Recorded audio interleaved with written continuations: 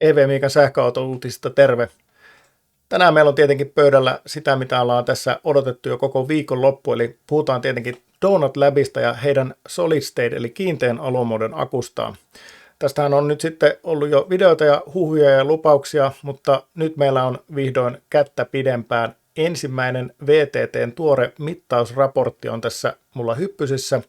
Ja tämä on nyt sitten eka kerta, kun päästään oikeasti numeroiden taakse katsomaan, että onko tämä kaikki vaan hypeä vai onko meillä tässä jotain vallankumouksellista tekeillä. Raportti paljastaa aika hurjia latausnopeuksia, mutta samalla se jättää vielä isoja kysymyksiä ilmaan, niin kuin tietenkin oltiin odotettukin. Kannattaa katsoa video loppuun asti, koska perataan nämä VTT:n datat auki ja katsotaan, mitä oikeasti nyt tiedetään ja mitä ei. Mutta ennen kuin hypätään kennoihin, niin hoidetaan homman mahdollistajat alta pois. Jos sulla on tarvetta sähköauton latausasemalle kotiin tai vaikka uutta latauskaapelia hakusessa, niin suuntaan nordicplug.fi-sivustolle. Se on kotimainen verkkokauppi ja alekoodilla EV-Miika saat 5% alennuksen koko valikoimasta. Ja toinen juttu, mikä sähköautoilussa maksaa, on vakuutukset. Niissä on nimittäin älyttömiä hintaeroja eri yhtiöiden välissä. Jos haluat säästää, niin ota yhteyttä Markukseen IFiltä. Markus katsoo sulle hyvän tarjouksen ja voit yllättyä siitä, kuinka paljon säästät vuodessa. Ja jos sä taas haaveilet sähköauton tuonnista ulkomailta, niin tuontipalvelu hoitaa autot kuntotarkastettuna ja rahoituksetkin kuntoon. Muista mainita EV-Miikka siellä tilauksen viestikentässä, niin saat 180 arvoisen rekisteröintikatsastuksen kaupan päälle. Iso kiitos sponsoreille, he mahdollistaa nämä videot. Ja nyt sitten mennään katsomaan, että mitä sieltä ensimmäisenä paljastui. Eli VTT-raportti. Ja sehän on ihan oikea VTT-raportti. Se, mikä tässä oli mielenkiintoista mun mielestä, tämä on ladattavissa siellä idonotbelieve.comista, että tämä on päivätty 9. päivä helmikuuta, eli nämä testit on tehty jo yli 2 viikkoa sitten, tämä raportti on tehty muutama viikko sitten. Eli mitä nyt oikeasti tiedetään?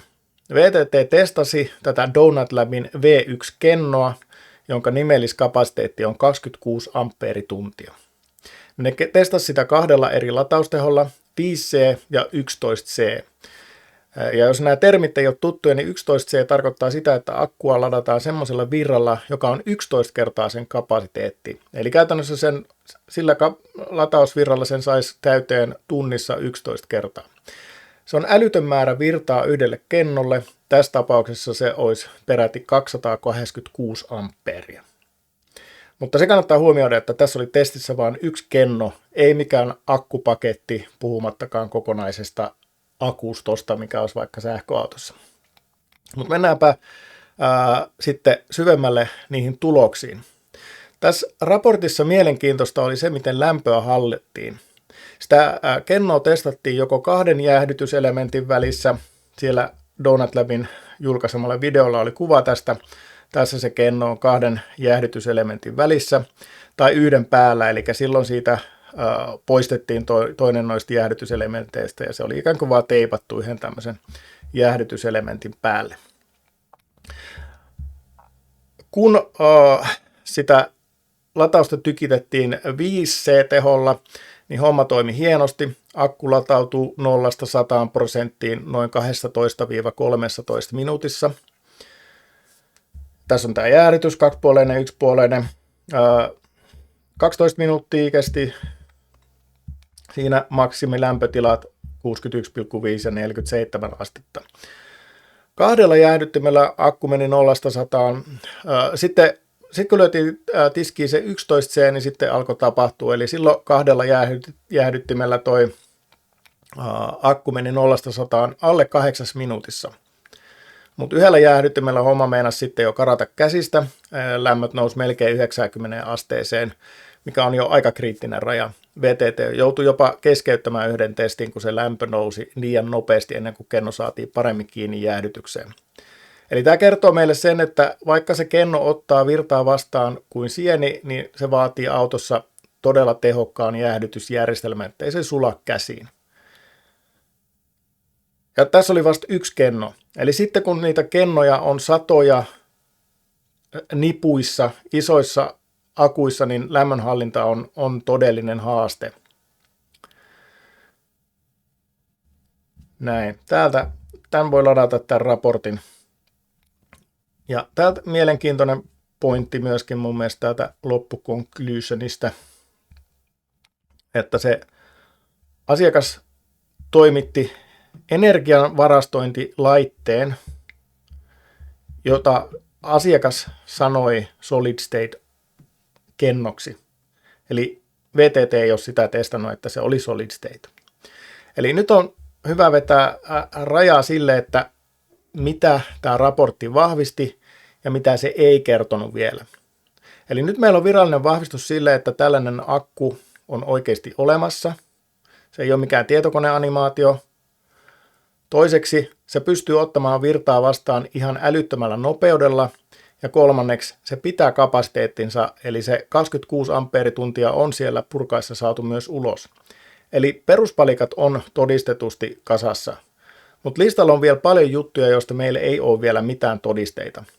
Eli edelleen odotetaan tietoja energiateheydestä, eli kuinka painava se akku on suhteessa tehoon.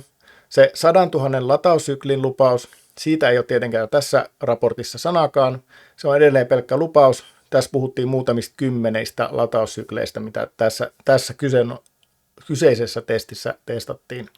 Ja turvallisuus on myös kysymysmerkki. Eli VTT mittasi vain lämpöä latauksessa, mutta ei sitä, mitä tapahtuu, jos akkuun lyödään naula läpi tai kolaroidaan tai muuta. Eikä me tiedä myöskään tämän kennon tarkkaa kemiaa, että onko se oikeasti solid state vai jotain muuta.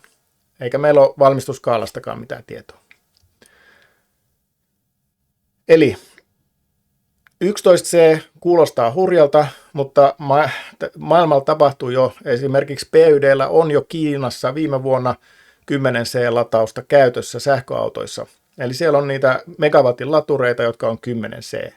Eli siellä on autoja ja pikalatureita, jotka tekee 10C. Eli ne on niin kuin 10% perässä tästä, mutta kokonaisella tuotteella, ei pelkällä yhdellä kennolla. Ja huhujen mukaan siellä on tulossa ne 1500 1,5 megawatin pikalaturit, jotka on sitten jo, en tiedä onko ne jo yli 11C. Eli Donut Lab on hyvällä tiellä tässä, ja tämä on tosi kova tulos suomalaisittain, mutta ei vielä tässä voi sanoa, että ne on niin kuin yksin siellä tässä niin kuin latausluokassa. Eli tämä on hyvä alku, mutta peli on vasta alussa. Ja sinne I do not believe sivustolle ilmestyi uusi countdown-laskuri ja se on viikon päästä. Eli ensi viikon maanantaina kello 15 saadaan seuraava tulos. Eli Donut Labin kenno on olemassa. Se latautuu törkeän nopeasti, mutta monta isoa kysymystä on siis vielä vastaamatta ennen kuin tämä on valmis sarjatuotantoon. Mutta mitä mieltä te olette? Kun kerran BYD ja muut jättiläiset pystyy jo ainakin lähes samaan, niin onko tämä suomalaislähtöinen keksintö se, joka oikeasti mullistaa markkinat, vai onko tämä yksi pelaaja muiden joukossa? Ja uskotko oikeasti 100 000 syklin latauskestoon? Sehän mullistaisi maailman semmoinen, jos miettii vaikka pörssisähkön hintaa tai pörssisähkön hinnan vaihteluita, niin jos meillä olisi tämmöinen syklikestävyys ja halpa tuote, joka latautuu nopeasti, niin eihän meillä enää pörssisähkökään heittelisi, kun meillä olisi energiavarastoja, joihin voisi tallentaa sähköä silloin, kun se on halpaa ja purkaa silloin, kun se on kallista, niin kohta ei olisi varmaan semmoista tuotetta olemassakaan kuin pörssisähkö. Mutta näin. Siinä on nyt se, mitä toistaiseksi tästä tiedetään.